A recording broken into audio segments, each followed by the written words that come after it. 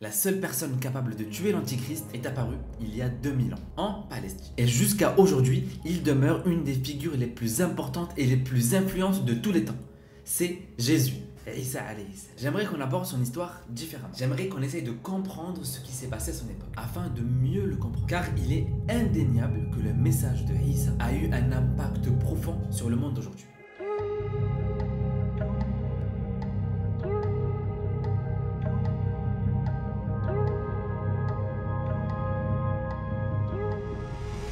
Avant d'entamer la vidéo, j'aimerais adresser un message d'amour aux chrétiens, aux non-musulmans surtout. Malgré nos différentes croyances, on partage une figure essentielle qui est Jésus, et Isa alayhi salam. Des éléments comme sa naissance, sa vie ou même son retour sont des croyances super importantes. Et même si nous, on croit que Jésus était un prophète, un messager de Dieu, notre prophète sallallahu alayhi wa sallam dit à ce sujet que les prophètes sont des demi-frères parce qu'ils partagent le même message. Et parmi tous les prophètes, je suis le plus proche à Jésus, Isa alayhi salam, parce qu'il n'y a pas de prophète entre moi et lui. Et dans une narration, après le retour et la mort de Isa, de Jésus, il sera enterré à côté du prophète sallallahu alayhi wa sallam, de Omar et de Abu Bakr radiallahu anhu. Donc imaginez juste l'affection et la fierté que les musulmans portent pour Jésus, Isa alayhi salam, pour lui réserver une place dans un endroit tellement emblématique. Et c'est sur l'amour de cette personne que nous allons faire vivre son histoire, selon la tradition musulmane, un point de vue historique et un peu biblique.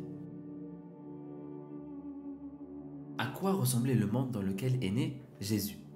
Depuis Jules César, les Romains pratiquaient ce qu'on appelle le syncrétisme. En gros, c'est la combinaison de plusieurs religions qu'on mélange pour en faire une. En Judée, c'était la région qui englobait la Palestine, les Romains ont mis sur le trône le roi Hérode. Et ça va causer beaucoup de tensions chez les enfants d'Israël. C'est comme ça qu'on appelle ce peuple. Ils sont gouvernés par une force extérieure. C'est ce qu'on appelle un état client. En gros, les Romains leur accordent leur autonomie, mais ils doivent rendre des comptes, payer des taxes.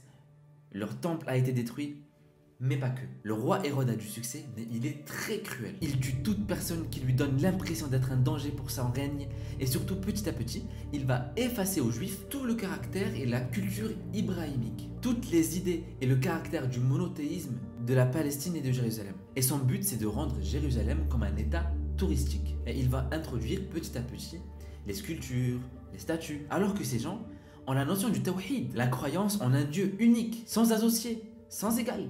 Et c'est de là, petit à petit, va se développer l'idée de qui va être le Messie qui va venir nous libérer de cette domination, je dirais même humiliation. En particulier, un Messie qui sera le descendant du roi David, du prophète Daoud alayhi salam. Les attentes sont sur quelqu'un qui est un leader, qui va rétablir le temple de Salomon, Sulayman, qui va faire appliquer les règles de la Torah. C'est quelque chose de très gros qui se prépare. Quelqu'un qui va faire appliquer les croyances de Abraham. Et l'attente principale est la restauration du temple. Chez les juifs orthodoxes, la croyance au Messie fait partie des 13 principes de la foi. Et à aucun moment l'attente est sur quelqu'un qui va ramener un nouveau concept de fils de Dieu, mais un Messie qui doit réattribuer aux enfants d'Israël leurs droits, faire appliquer leur religion. Tout comme le roi Cyrus, qui ne fait pas partie des enfants d'Israël, il était perse, mais qui défie Babylone et qui restaure le temple. Et à qui on a donné le titre de Messie, alors que c'était pas essentiellement un prophète. Vous imaginez bien qu'avec toute cette colère, des figures vont s'élever. Tout comme Simon de Péréa. C'était juste 4 ans avant la naissance de Jésus. C'était un des esclaves du roi Hérode. Il va brûler son palais à Jéricho et plein d'autres. Il va amener une grande révolte contre Hérode, à tel point que les gens vont penser que c'est lui le Messie tant attendu. Mais il a été attrapé et tué. Vous sentez comment la tension elle est palpable. Avant de parler de la naissance de Jésus, parlons brièvement de sa mère, Maryam, Marie. Maryam est une figure emblématique de l'islam. D'ailleurs, elle est considérée comme étant la meilleure femme de tous les temps. Ce qui la rend si spéciale, c'est que à des moments, Allah parle de Maryam sans pour autant citer son fils, Isa. C'est quoi la sagesse derrière tout ça? C'est que sa grandeur n'est pas nécessairement liée à son fils Isa, mais à cause ou grâce de ce qu'elle était. Elle est d'ailleurs même mentionnée plus de fois que son fils Isa. Sa mère s'appelait Hinna bint Farrout et son père Imran. Et il était l'imam ou celui qui prêchait à leur peuple. Je me sens mal de résumer son histoire, mais ça serait trop long. Ses parents étaient incapables d'avoir un enfant. Tout comme un prophète qui était parmi eux à cette époque, qui est Zacharie, qui était très proche de la famille de Imran, la famille de Maryam. Et très soudainement, sa mère Hinna est tombée enceinte. Une très bonne nouvelle jusqu'à une tragédie. son père Imran décède avant même de voir sa fille Maryam, Marie. Et c'est le prophète Zacharie, qui va le prendre sous son aile. Il était charpentier de métier et il va construire une pièce dans la mosquée, le lieu d'adoration de cette époque. Et c'est là où elle va grandir et devenir une femme d'excellence dans sa dévotion et son adoration en vertu. Et subhanallah, elle est entourée par un prophète. Quoi de mieux? Tous les jours, il va checker si tout va bien et tous les jours, il va remarquer quelque chose. C'est qu'elle a de la nourriture qui vient de nulle part. Et c'est hors saison. Et c'est pas comme s'ils avaient des frigos pour conserver la nourriture. Un jour, il lui dit: Ya Maryam, anna laki hada. Oh Maryam, d'où vient tout ça? Elle dit: Huwa min indillah. Ça veut dire, ça vient d'Allah. Yarzuqu man yasha bighayri hisab. Allah donne à qui il veut sans compter. Et en vérité, elle lui transmet un message qui va le faire vibrer. Parce que voyez-vous, justement, Zacharia a besoin de quelque chose, qui est un enfant. Mais il est très vieux, lui et sa femme. C'était leur rêve. Malgré tout, il va partir prier et Allah va l'envoyer l'ange Gabriel, Jibril, qui lui annonce la nouvelle qu'il va avoir un enfant. Et il lui dit de l'appeler Yahya, Jean le Baptiste. Et c'est une nouvelle qui va enchanter la famille. Quelques mois plus tard, durant l'été, pourquoi l'été? Dans le Coran, Allah mentionne des dates mûres et dans des narrations des hommes qui dormaient dehors, chose impossible en hiver. Et pas très longtemps après, Maryam va vivre un événement similaire. Il va lui envoyer l'ange Gabriel pour lui annoncer qu'elle va donner naissance à un enfant, alors qu'elle était vierge. Et elle a entre 16 et 18 ans à ce moment. Une naissance miraculeuse, sans l'intervention d'être humain.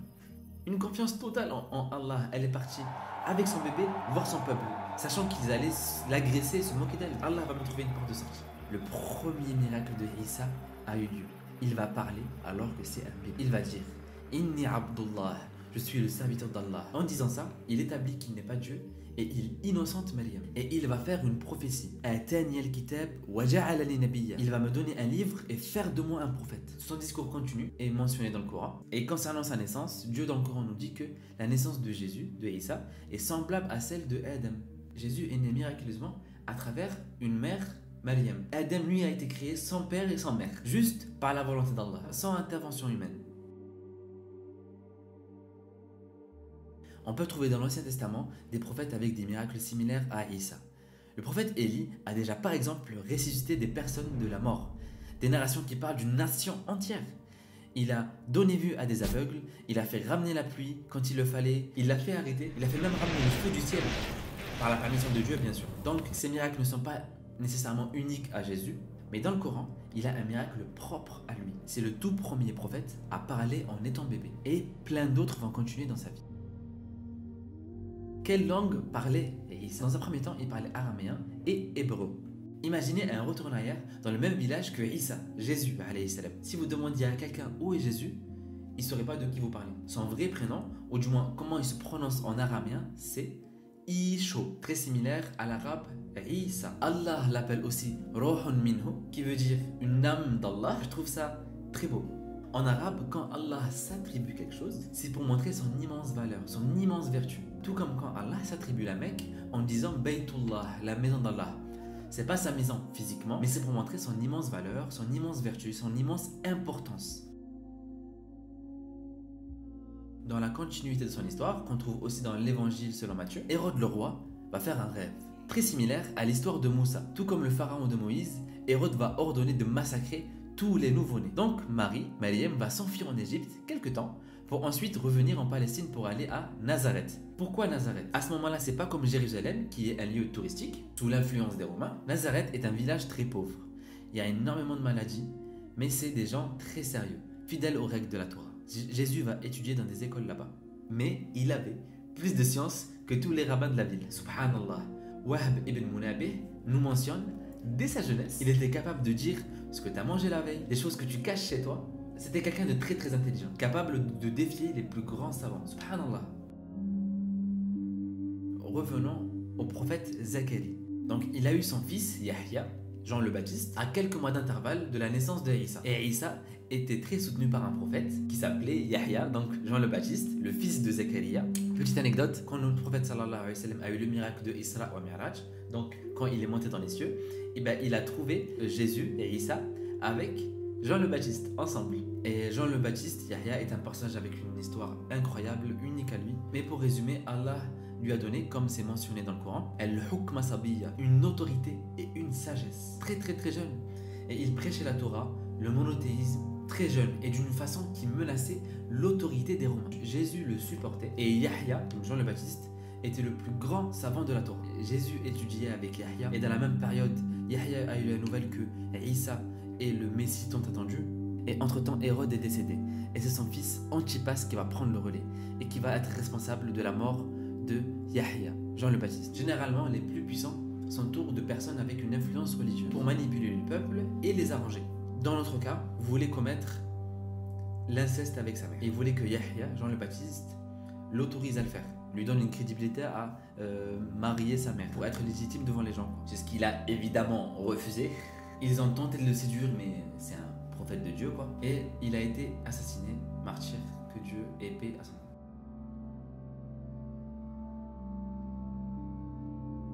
Peu de temps après le 18e jour du mois de Ramadan, Allah a accordé à Isa Jésus l'évangile. Ce qui lui a été révélé à ce moment, c'est des choses qui confirment ce qui a été écrit dans la Torah, avec quelques différences, comme des interdictions que les enfants d'Israël se sont imposées à eux-mêmes et qui ont été du coup retirées, et d'étendre et faciliter certaines règles qui étaient à ce moment-là utilisées pour manipuler les autres. Sa prière est décrite comme debout, s'agenouillir et tombant sur son visage, en prosternation, exactement de la même manière que prient les musulmans. Mais durant le concile de Nicée, ils ont interdit le fait de s'agenouillir et de tomber en prosternation sur le visage. Certaines églises ont refusé et voulaient continuer de prier comme le faisait Isa, Jésus, tout en s'agenouillant et en se prosternant. Et quand le compagnon du prophète Mohammed, Salman al-Farisi, sont arrivés en Perse, ils ont vu les chrétiens prier en s'agenouillant et en se prosternant, exactement comme eux. Ils étaient étonnés.